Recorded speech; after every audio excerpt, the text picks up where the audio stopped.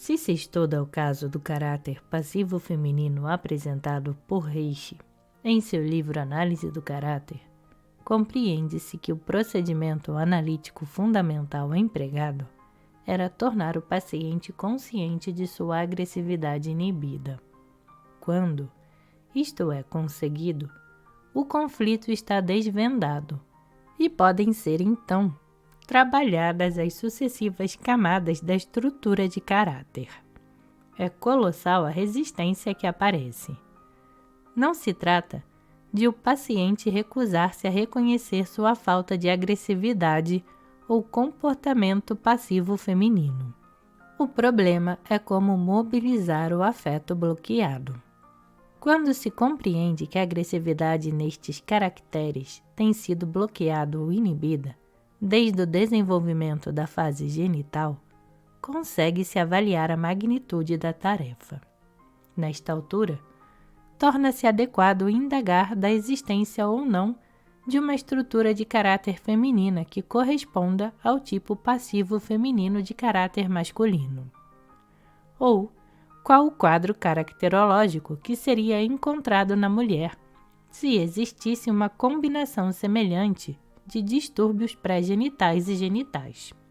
É óbvio que a estrutura na mulher não se assemelharia à estrutura passivo-feminina na mulher, porque qualquer problema na personalidade feminina tenderia a diminuir suas qualidades femininas naturais.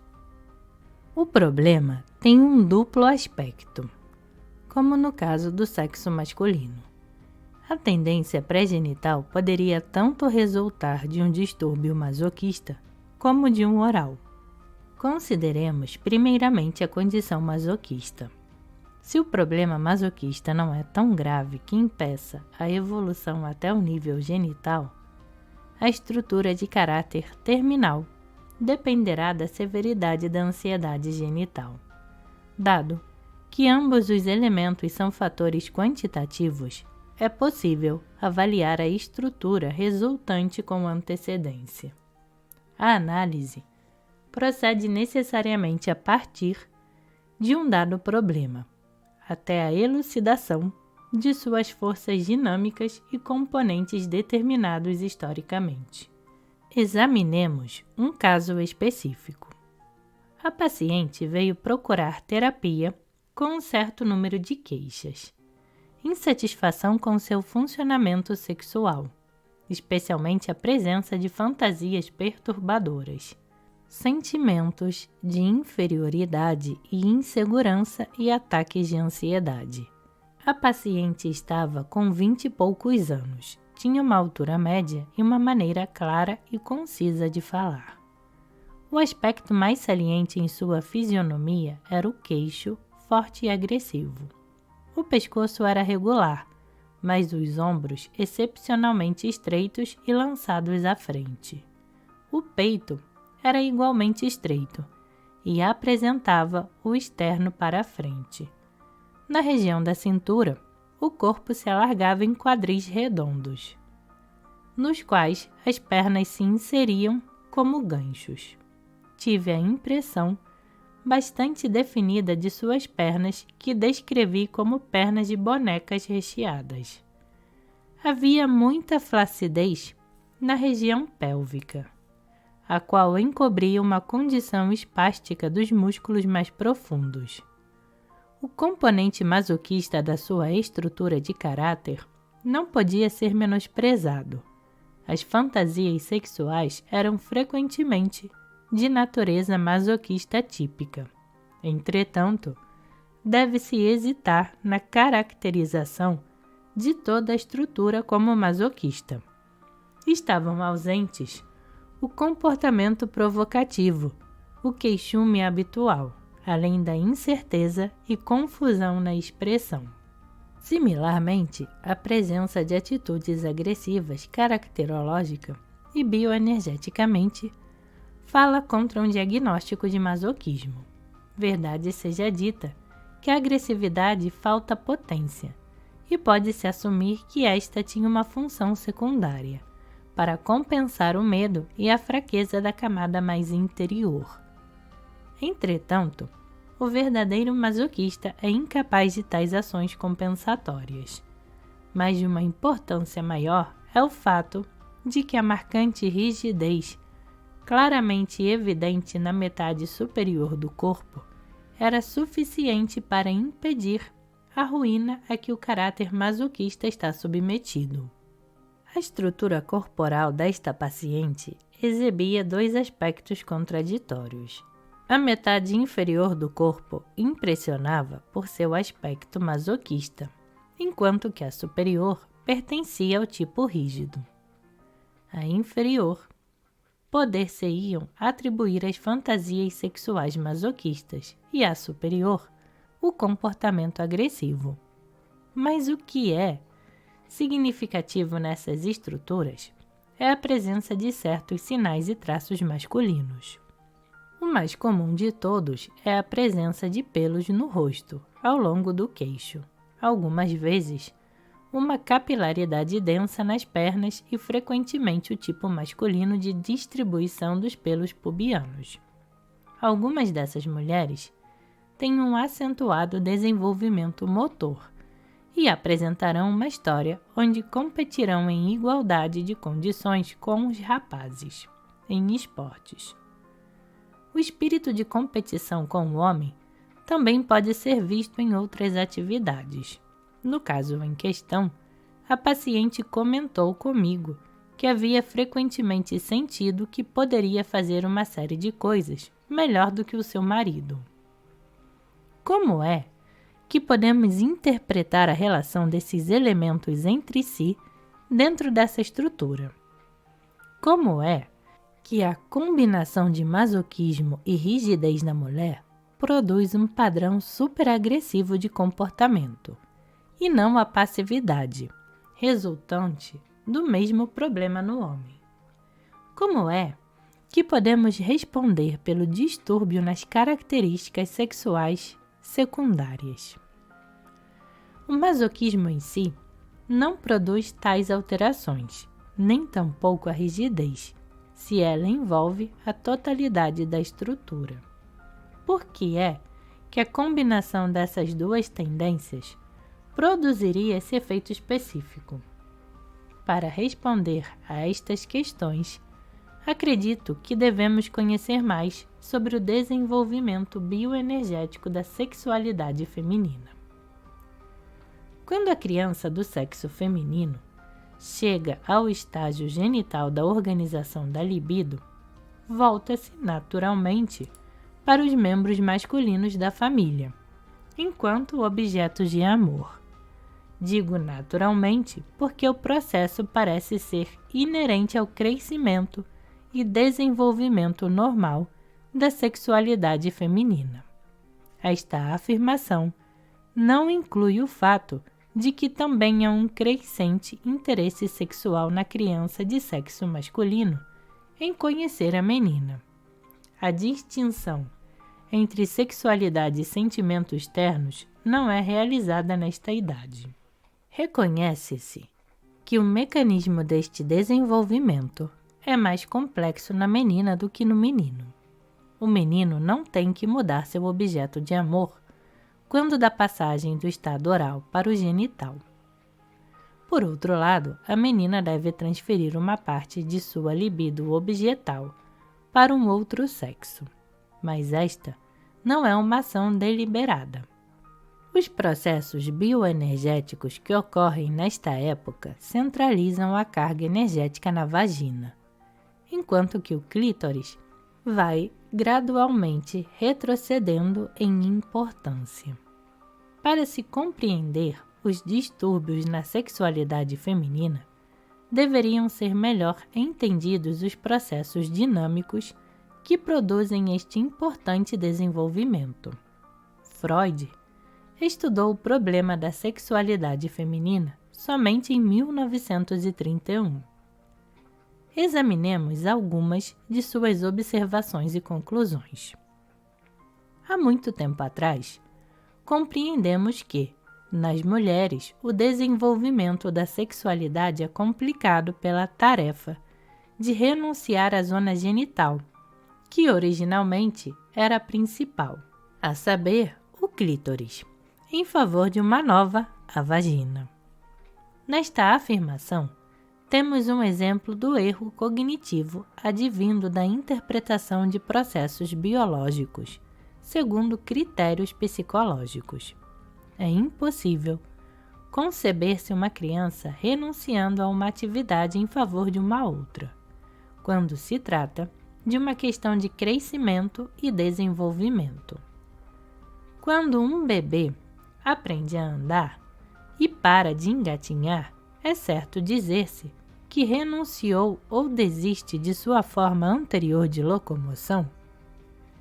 Não há nenhuma escolha envolvida. À medida em que as pernas ficam mais fortes, passa a preponderar uma nova função que é mais altamente carregada sobre a antiga, que vai perdendo sua significação. Mas a criança nunca renuncia ao engatinhar. Volta-se para esta ou outra forma de movimento no momento em que se torna apropriado. O mesmo é verdadeiro para o caso da amamentação no peito ou na mamadeira. Não são renunciadas pela criança dentro de um curso normal de acontecimentos. É só que formas mais adequadas de satisfação tomam seu lugar. Até onde sei, nenhuma mulher renunciou ao clítoris. Se o desenvolvimento procede normalmente, a vagina é o órgão mais altamente carregado e capaz de suportar uma satisfação muito maior. Então o clítoris passa para o segundo plano. A experiência clínica tem confirmado esta observação e nenhuma mulher consegue renunciar ao orgasmo no clítoris em favor de um orgasmo vaginal. Se isto é realizado terapeuticamente, só porque há uma concentração suficiente de sensações, carga ou energia na vagina, de modo que esta se torna o órgão principal para efetuar a descarga. Permanece o fato de que, em algumas mulheres, este desenvolvimento em favor da vagina não acontece. Não tem orgasmos vaginais. A vagina está relativamente não carregada, enquanto que o clítoris detém sua sensibilidade original. O que poderia causar essa parada evolutiva? Voltemos às épocas mais antigas.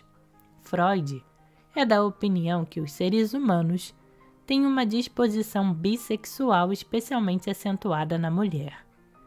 A vida sexual da mulher está dividida em duas fases, a primeira das quais é de caráter masculino, enquanto que só a segunda é que é especificamente feminina. Freud deve basear essa qualidade masculina na carga do clítoris, mas essa opinião está aberta a objeções graves. Se olharmos para bebês durante seu primeiro ano de vida, é frequentemente difícil distinguir os sexos sem recorrer às roupas ou aos genitais. Não seria mais preciso dizer-se que na fase pré-genital o sexo é relativamente indiferenciado? Podemos também lembrar-nos de que as estruturas de caráter pré-genitais também são sexualmente indiferenciadas. As atividades orais e mesmo a atividade lúdica das crianças pequenas não mostram quaisquer distinções sexuais. Contudo, já nesta tenra idade, os bebês fizeram alguma espécie de contato tátil com os genitais. Dado, porém, que este sistema de órgãos não está funcionando de modo especificamente sexual. Ou seja, para descarregar, podemos inferir que as sensações experienciadas são aproximadamente similares em ambos os sexos. Neste estágio, portanto, o clítoris não é um órgão masculino, é simplesmente a parte mais acessível de uma zona genital relativamente indiferenciada. A carga está distribuída por toda a região da vulva e o contato tátil da criança não está endereçado a nenhuma parte em particular. Podemos, então, dizer que não há nada especificamente fálico sobre o clítoris nesta época. Freud admite que ele desconhece quais sejam as raízes biológicas destas características femininas específicas, e, contudo, são precisamente essas raízes que determinam o curso natural da evolução sexual da pessoa, enquanto que a interação psicológica com o meio ambiente desempenha o papel secundário. Este último pode contribuir com um meio favorável para essa evolução, ou pode interferir com o processo natural. A perereca e o peixe pequeno evoluem diferentemente no mesmo tanque. O carvalho e a samambaia crescem no mesmo chão. Conseguiremos elucidar algumas destas raízes biológicas ou fatores? Sabemos que a mulher evoluirá numa direção que porá em funcionamento as glândulas mamárias e o sistema reprodutivo, especialmente o útero e, logicamente, a vagina. O pleno funcionamento dessas estruturas só se dará após a puberdade, mas a maturação vem procedendo desde o aparecimento da fase genital, quando a maçã apenas desponta na árvore. Terá um longo caminho pela frente até tornar-se uma fruta madura, mas sabemos que não vem uma pera nem uma ameixa. Quando a carga bioenergética inunda a vagina, desde a vulva está dada a base para a autopercepção do sexo. Aos poucos, a criança normal de sexo feminino torna-se consciente de que é uma menina e não um menino. Ousaria sugerir que a qualidade específica é voltar-se para dentro da corrente ou fluxo bioenergético de excitação, por oposição ao menino, no qual o fluxo procede mais e mais para fora, para provocar extensão. Este voltar-se para dentro, qualidade peculiar da excitação vaginal, é suplementado pela função de outros órgãos femininos na produção de feminilidade, enquanto o macho descarrega toda a sua energia sexual através do pênis. O mesmo não se dá com a mulher. Um pouco de excitação, quantidade que não se sabe ao certo, é armazenado e descarregado nas glândulas mamárias e útero. O homem não tem um correspondente ao ir e vir do ciclo menstrual. Uma outra distinção importante é o papel do órgão sexual masculino de iniciar o ato sexual. É o órgão mais agressivo, e o macho é o organismo mais agressivo, e essa qualidade é responsável por seu maior desenvolvimento muscular. Não é uma questão de mecânica, mas de carga bioenergética relativa. A comum falácia psicanalítica é consequência da incompreensão disso. Seria a relação entre o bico do seio e a boca da criança, análoga àquela entre pênis e a vagina? Certamente. Temos 2 eretivos e 2 cavidades, mas embora sejam similares às mecânicas dos 2 sistemas, é diferente o relacionamento bioenergético dentro de cada um. O pênis é o órgão agressivo dominante no ato sexual, enquanto que no ato de amamentar, essa função pertence à boca. A boca da criança é um órgão muito poderoso de sucção. A vagina não. Não é o bico do seio que procura a boca, mas ao contrário. Se há qualquer dúvida a respeito, simplesmente observe as ações de um filhote de qualquer mamífero. Coloque seu dedo na boca de um cãozinho de 1 dia de idade e ficará surpreso com a força de sua sucção. Não é devido a qualquer falta de carga bucal que o bebê humano não consiga mover-se em direção ao bico do seio, tão facilmente quanto outros recém-nascidos dentre os mamíferos. Bioenergeticamente, o bico do seio é o órgão passivo neste relacionamento. Sem a sucção bucal, o leite não espirrará, enquanto que o sistema genital do homem adulto é capaz de uma descarga de sêmen rítmica e independente, como no caso de emissões noturnas. Voltemos agora à menininha em desenvolvimento. Assumimos que todas as crianças atingem o nível genital, porque isto marca seu contato com a realidade. A questão é: quão forte é este contato? Ou quão seguramente ancorada na realidade está a personalidade? Nossa classificação caracterológica depende da resposta. No caráter oral, a genitalidade é dominada por necessidades orais. Este é o significado da observação de Freud, de que, nos casos em que a ligação com o pai era peculiarmente forte, esta havia sido precedida por uma fase de ligação igualmente forte e passional, exclusivamente com a mãe.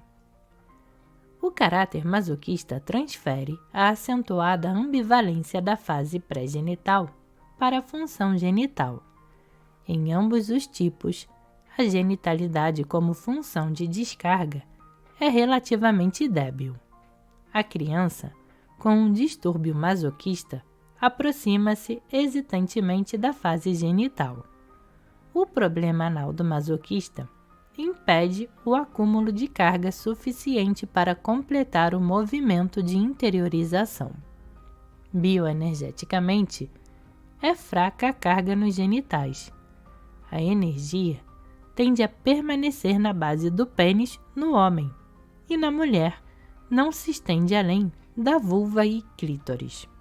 A vagina permanece subcarregada. A atitude da criança frente a seu pai é semelhante, ambivalente e hesitante. Se ela se depara com uma resposta favorável e a aceita em sua feminilidade, o problema masoquista se tornará um traço de uma estrutura de caráter histérico. Dever-se-ia ter em mente que tais crianças necessitam ser mais reconfortadas ao nível genital do que uma criança que chegue a este nível sem distúrbios anteriores graves. O que acontece nestas famílias geralmente é o contrário. No caso que vimos discutindo, a atitude do pai frente à paciente é de ignorância de sua feminilidade. Sua aprovação da filha dependia na realização de certos objetivos propostos por ele: boas notas na escola, progresso em música e etc. E seus esforços nunca igualavam os padrões colocados. Ignora o fato de ser um distúrbio de personalidade, no homem adulto, não responder ao encontro de uma menina pequena.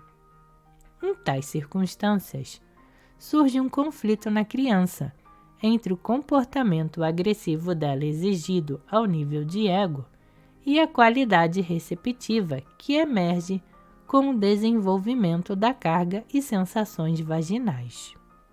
Este se torna, então, um conflito generalizado entre o ego e a sexualidade do qual o ego é o vencedor. A energia subtraída é ativada ascendentemente para o tórax e cabeça, como no caráter passivo feminino, e se desenvolve uma severa rigidez nesta região. O efeito dessa rigidez é imobilizar os sentimentos ternos, enquanto são favorecidas a agressão e a determinação.